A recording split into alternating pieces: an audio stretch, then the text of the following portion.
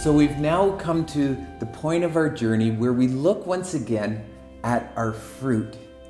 And this time we're going to look at this beautiful fruit of restful stewardship. What this is when we are free of the anxiety of having to strive for success, while at the same time faithfully nurturing growth. See, we've already looked at the fact that we are stewards, but stewards who are anointed and equipped. And so we don't have to be working from this place of striving, but we can be still. In fact, in Psalm 37, verse 7, the psalmist writes, "Be still in the presence of the Lord and wait patiently for him. Don't worry about evil people who prosper or fret about their wicked schemes." Again, it's also an expression of that holiness, that being set apart, that being peculiar, being different from the world that has rejected God. Instead of working as an artist in competition or trying to get recognition, instead we work from a place of peaceful rest. This is a fruit which is produced from faithful trust and waiting.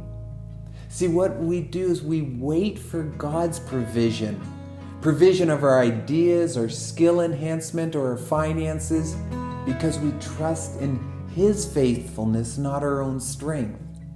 Or we wait for God to enhance our skills, certainly through our training and our discipline, but He's the one who does it because we trust in His timing, not in endless striving. And we wait for God to use our artworks and our stories through our own marketing and publication and sharing perhaps, but we trust in His recognition of our value, not recognition from the world. See, even Solomon understood the meaninglessness of this striving. In his low time in his life, when he wrote Ecclesiastes, he says, "So what do people get in this life for all their hard work and anxiety? Their days of labor are filled with pain and grief. Even at night their minds cannot rest. It's all meaningless."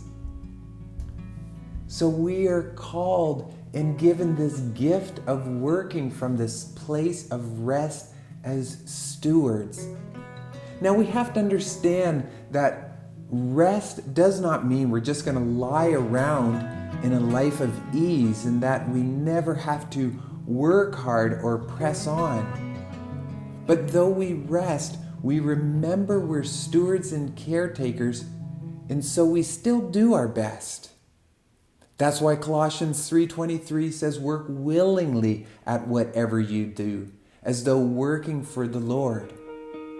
When we know we're stewards, we desire to be actively involved with God.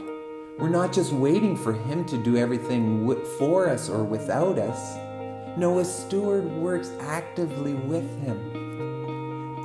Because we're grateful to God for all He provides, we want to press on. We want to persevere. See, the Bible actually speaks against laziness. Being restful is not being lazy. There's in fact 24 proverbs which speak against that. Instead, what we hang on to is this gift of peace that Jesus told us we can have in John 14, where He said, "I'm leaving you with a gift. It's a peace of mind and heart, and the peace I give is a gift the world cannot give. So don't be troubled and afraid." So we hold that in one hand, while on the other hand, following the words of Paul in Philippians 3, where he says, "I press on to possess that perfection for which Christ first possessed me." He goes on and says, "I press on to reach the end of the race, and receive the heavenly prize for which God, through Christ Jesus, is calling us." See, our identity of being an anointed steward for a God who's given us this beautiful kingdom is that all of our work is done in a place of stewarding, of tending with careful, loving relationship in a way that is restful and peaceful, where we are okay to wait and we are okay to press on, whatever it may be. That is one of the beautiful fruits of being a steward for God's kingdom, the fruit of restful stewardship.